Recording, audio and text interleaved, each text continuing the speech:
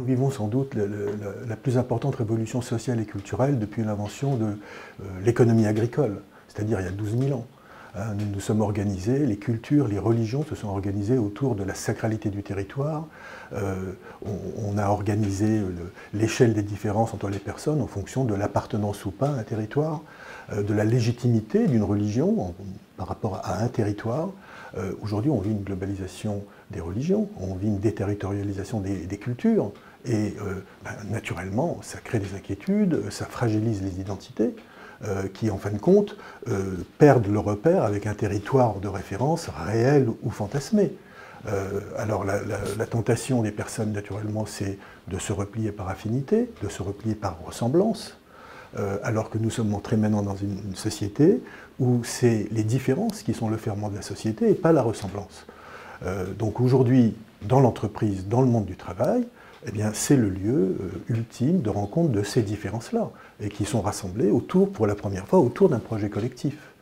Donc c'est une immense opportunité pour la société, puisque nous réinventons en fin de compte l'altérité, mais d'un autre côté, c'est une immense responsabilité pour l'entreprise, parce que de la façon dont l'entreprise va le gérer, nous allons hériter d'une forme de société. Ce n'est pas la même chose partout. Cette approche-là, cette vision de la société n'est pas identique dans les théocraties, à l'évidence, mais n'est pas identique dans les démocraties anglo-saxonnes, aux États-Unis, au Canada, en Grande-Bretagne, ou si je devais caricaturer la différence avec le modèle français, ou la singularité du modèle français, c'est tout simplement que les anglo-saxons se centrent sur un principe de liberté, qui est au cœur de leur action, et nous nous centrons sur un principe d'égalité. Nous considérons que si nous sommes égaux, nous serons libres. Eux considèrent que si nous sommes libres, nous sommes égaux parce que nous sommes libres, même si ça crée des inégalités, ce que nous, on n'accepterait pas. La première obligation, je dirais, c'est de ne pas gérer le religieux. C'est-à-dire, en fin de compte, le manager n'a pas à gérer la religion. Il n'a pas à gérer des pratiques religieuses, il n'a pas à mesurer la pertinence ou l'impertinence d'une pratique religieuse. Je veux dire, les religions, ça fait des millénaires qu'elles se disputent sur les interprétations des pratiques religieuses. Donc on ne va pas s'engouffrer et créer une faiblesse dans l'organisation de l'entreprise. Donc on ne s'occupe pas du religieux en réalité, on s'occupe simplement des comportements. Et ces comportements sont-ils ou pas compatibles avec l'intérêt collectif? Sont-ils compatibles avec le fonctionnement des services? Sont-ils compatibles avec la cohésion sociale, avec l'égalité entre les personnes? Donc sur ces sujets-là, je dirais même l'image de l'entreprise. Aussi l'intérêt commercial. Il y a beaucoup d'aspects qui peuvent être pris en compte dans l'appréciation d'un comportement ou d'un autre, qui soit religieux ou pas religieux. Donc quand on gère pas le religieux.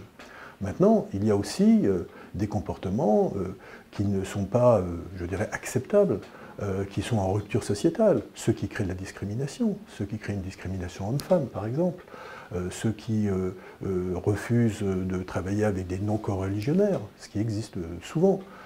Donc à ce moment-là, il y a, c'est vrai, une prise de décision qu'il faut avoir, et pour ça, il faut que le manager soit formé, il faut qu'il soit préparé à avoir une distance avec les pratiques, et qu'il puisse prendre des décisions claires et nettes, et surtout qu'elles soient collectives, ces décisions, et qu'elles soient comprises par les personnes qui font l'objet de ces décisions.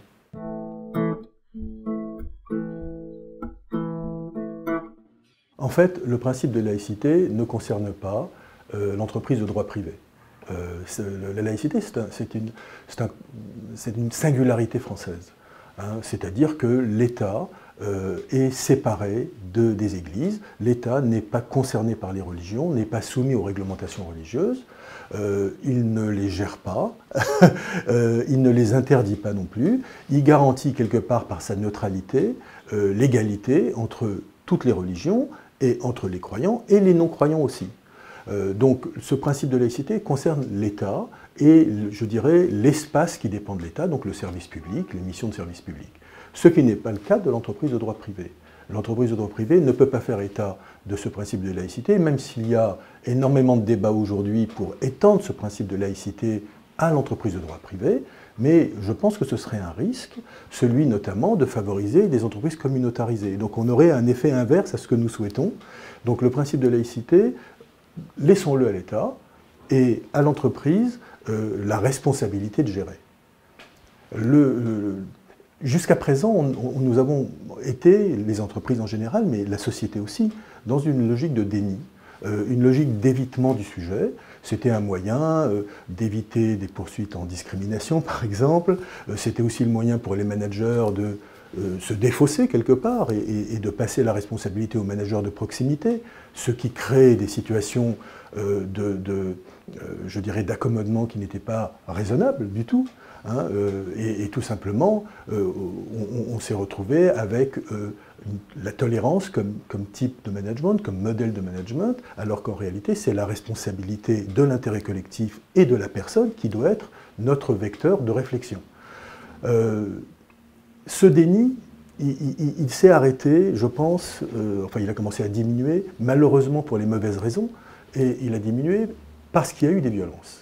Parce qu'il y a eu les attentats, et tout d'un coup, tout le monde s'est senti lié à ce sujet. Alors qu'en réalité, les violences n'ont rien à voir avec la diversité religieuse. La diversité religieuse, on doit le gérer, c'est une nouvelle situation, c'est une opportunité immense pour la société, et il faut la gérer de façon éthique. De l'autre côté, on a des violences, on a la radicalisation, et c'est normal que les personnes s'inquiètent, mais ça ne veut pas dire que c'est le sujet central. Néanmoins, les questions que moi on me pose souvent, c'est mais comment peut-on déceler une radicalisation ou pas d'un salarié?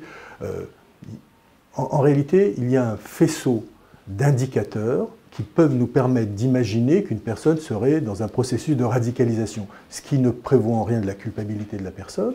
Ce que je veux dire, c'est que ce n'est pas parce qu'une personne a une grande barbe ou qu'elle décide de prier ou de manger halal qu'elle se radicalise. Donc on ne peut pas mesurer la radicalisation à l'expression religieuse. L'expression religieuse, c'est une chose. Par contre, l'hyper-ritualisation, je dirais la rupture familiale, la rupture notamment avec l'autorité parentale, font partie, la rupture avec les amis, font partie d'une logique très proche de la logique sectaire. Et donc, c'est là que l'on peut peut-être déceler des moments où des personnes sont en train de vaciller. Maintenant, notre responsabilité en tant qu'entreprise, ce n'est pas de gérer la radicalisation. L'État s'en occupe. La police et la justice s'en occupent. Nous, donc on doit signaler. Si on pense qu'il y a un danger, on peut signaler. Maintenant, ce n'est pas de la délation. Parce que derrière ça, nous avons une responsabilité, celle de protéger les personnes qui sont en faiblesse et qui sont en train de se radicaliser. C'est leur rendre service que de le signaler.